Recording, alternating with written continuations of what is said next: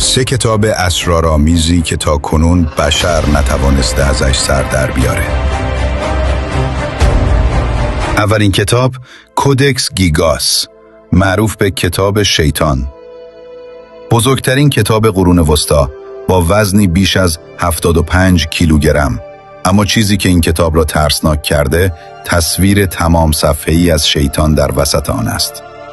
افسانه‌ها می‌گویند یک راهب برای نجات جانش از مجازات قول داد یک کتاب عظیم را در یک شب بنویسد و وقتی دید نمی‌رسد، روحش را به شیطان فروخت تا کمکش کند. محتوای کتاب شامل نسخه‌ای از کتاب مقدس، متون پزشکی و جادویی، جداول نجومی و دعاهای امروز.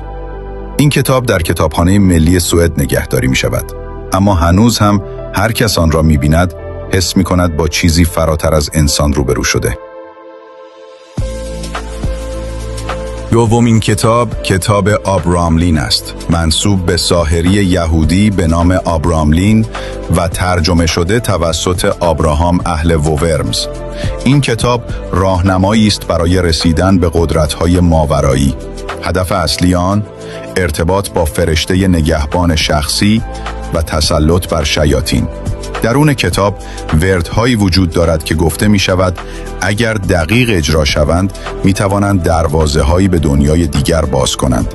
این کتاب الهام بخش بسیاری از فرقه‌های جادویی غربی بوده، از جمله طلوع زرین و حتی تأثیرگذار بر شخصیت‌هایی مثل الیستر کراولی. اما هشدار، این کتاب فقط برای کسانی است که آماده‌اند با تاریکی درون خود روبرو شوند.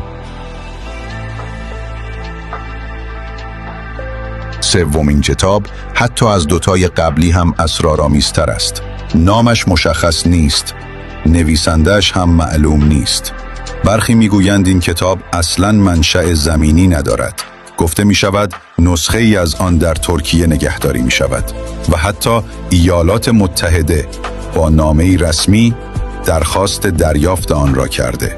محتوای آن دانش‌هایی که بشر هنوز درک نکرده، فرمول‌هایی، نمادهایی و مفاهیمی که شاید از جهان دیگری آمده باشند. برخی معتقدند این کتاب دروازه‌ای است به تمدنی فراموش شده یا شاید به چیزی که نباید هرگز کشف شود.